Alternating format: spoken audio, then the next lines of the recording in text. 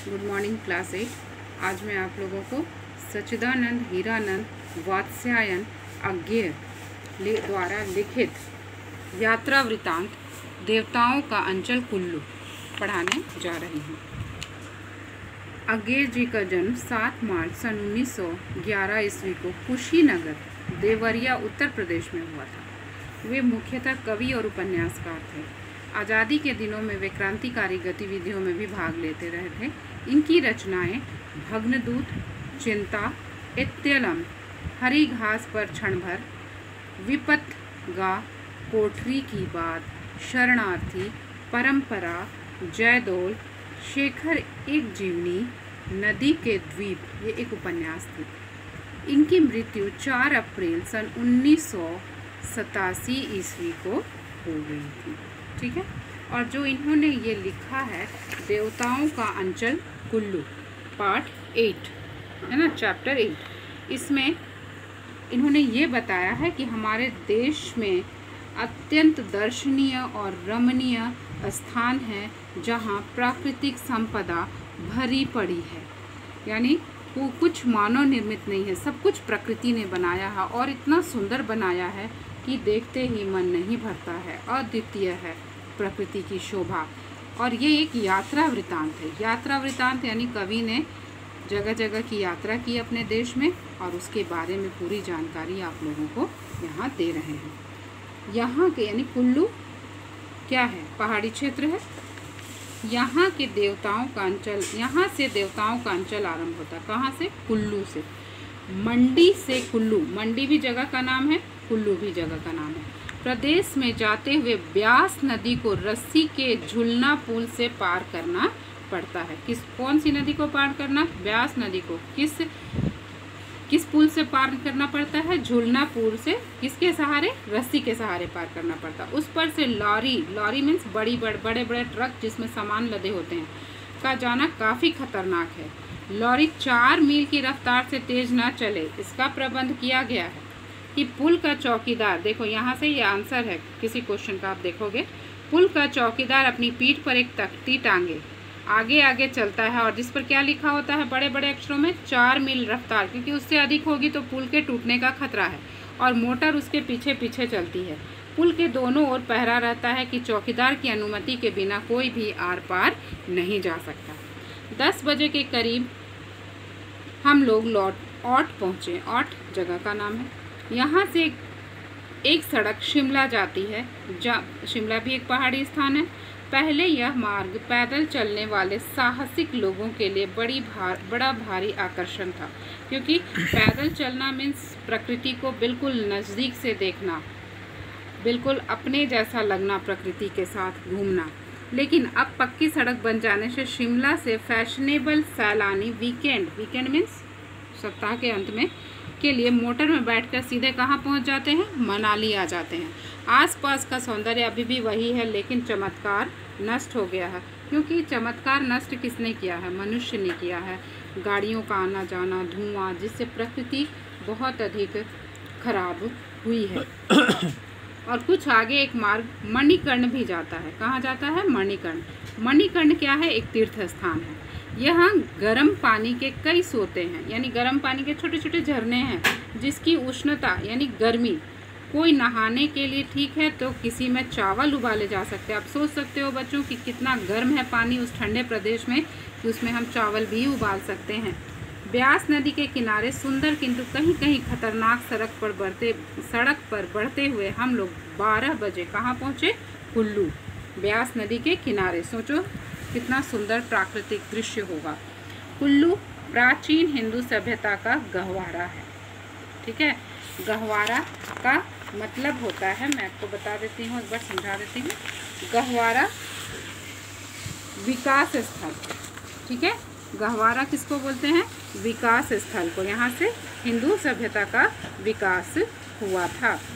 यहाँ प्रत्येक कस्बे और ग्राम मीन्स गाँव कि अपने अपने देवता हैं जो अपने अपने मंदिरों में बैठे, यानी छोटे छोटे कस्बे हैं, छोटे छोटे गांव हैं और सब गांव के अपने एक देवता हैं और जो अपने अपने मंदिरों में बैठे हुए लोगों की पूजा पाते हैं और साल में एक बार अपने अपने रथों में बैठकर कुल्लू के रघुनाथ मंदिर में प्रतिष्ठित राम की उपासना के लिए जाते हैं। ठीक है, छोटे छोटे गांव के जो अपने देवता हैं वो एक बार रथ यात्रा निकलती है और जिसमें वो राम की उपासना के लिए रघुनाथ मंदिर जाते हैं।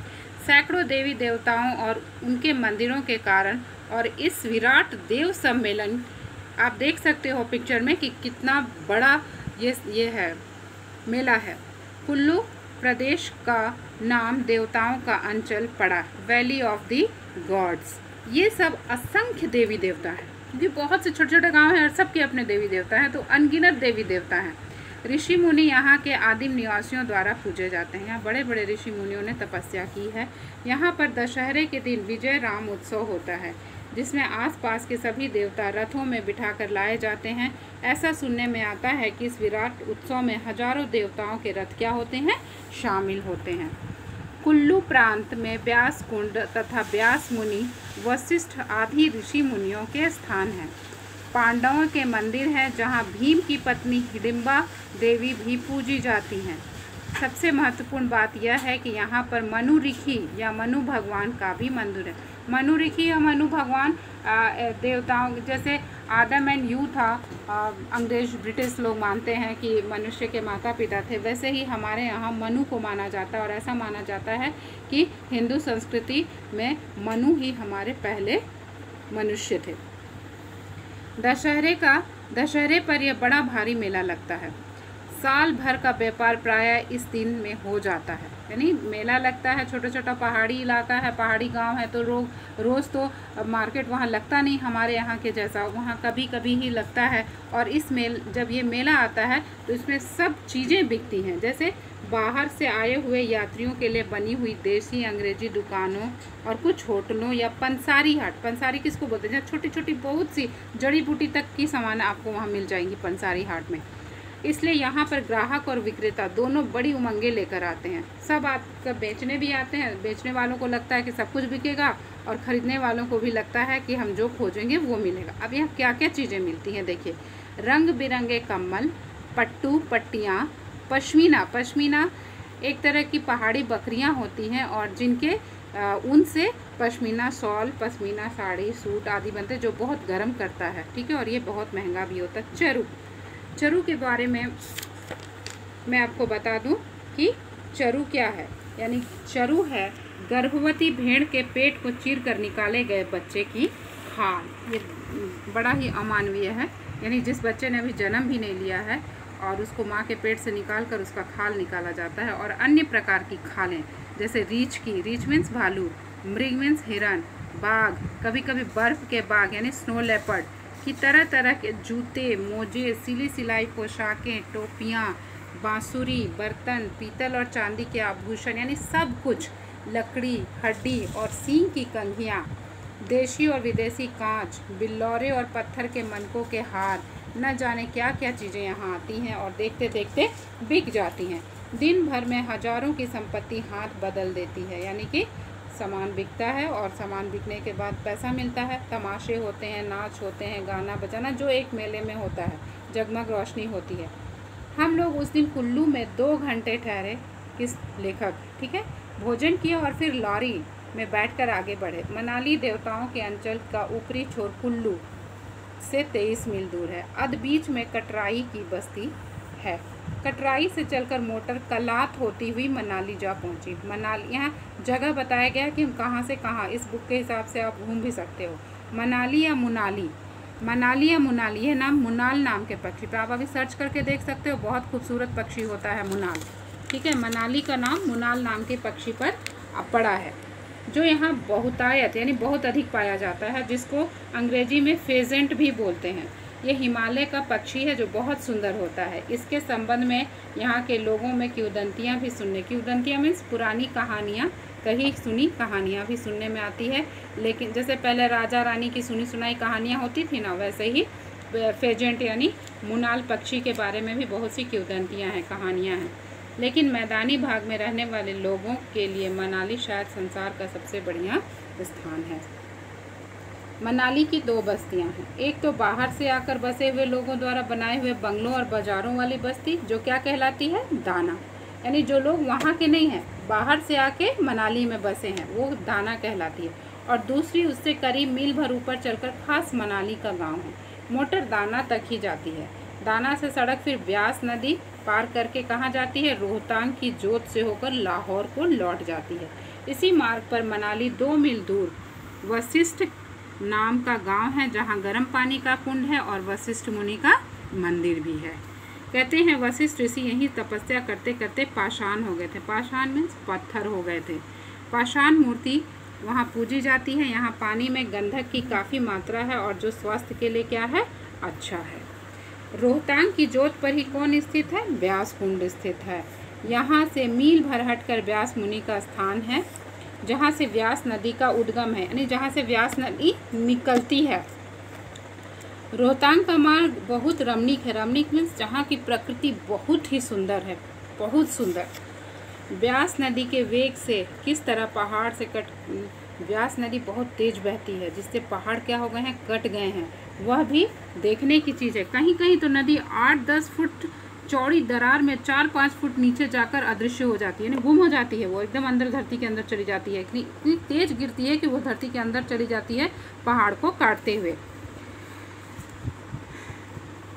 वो उतना अगले 50 मील तक भी उसके 500 मील भी नहीं। रोहतांग की जोत के दूसरी ओर क्या है, कोकसर पड़ाव है। यहाँ जाते हुए बर्फ के सौंदर्य का जो दृश्य दिखता है, वैसा कवि कहता है कि वैसा मैंने दूसरा नहीं दिखा, इतना खूबसूरत है। उसका ना वर्णन हो सकता है, ना चित्र खींचा जा सकता है। मीन्स स्पीचलेस जिसको बोलते हो आप लोग, शब्द नहीं है उसके लिए।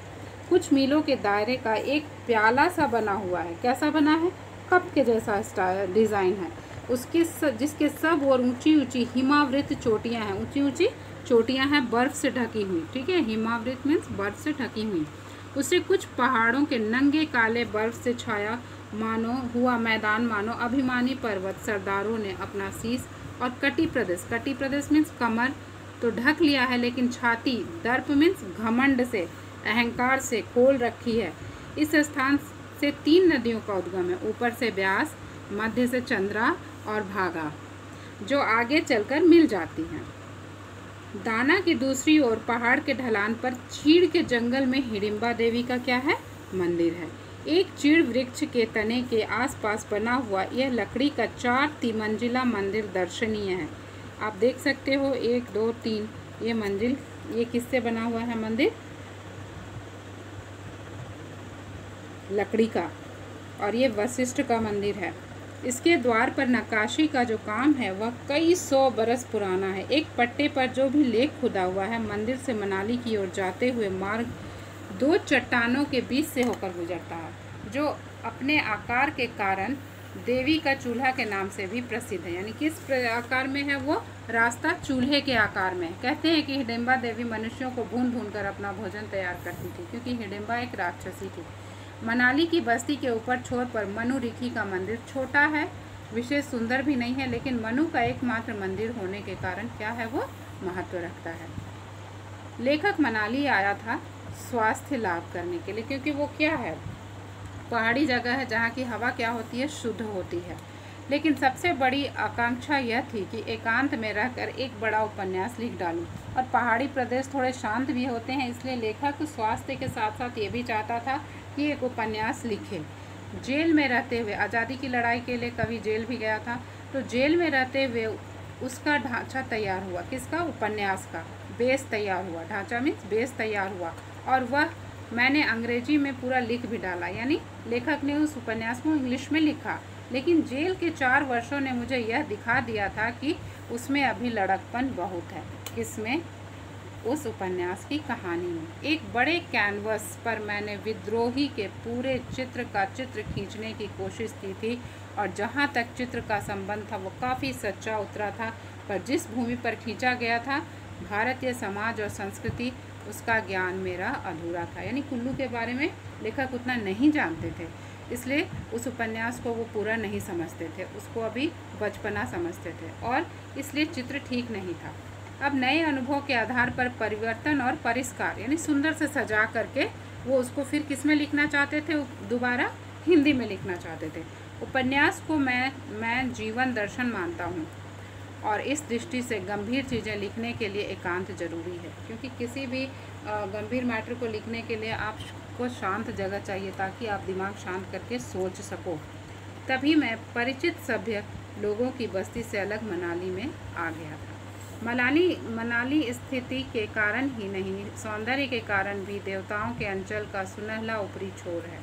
दृष्टि क्षेत्र में सीखते ही सीखने को देखने की आदि मेरी आंखें इस विराट सौंदर्य को पीती जाती थी और मानो अपने आप पर विश्वास नहीं, इतना सौंदर्य जिसको विश्वास करना मुश्किल है, सपने के जैसा। सीखचों का संस्कार इतना गहरा पड़ गया था कि मैं बाहर बिखरी हुई सौंदर्य राशि को देखकर भी भीतर में पुरानी पुरानी बंदी जीवन की स्मृतियाँ निकालता जाता था।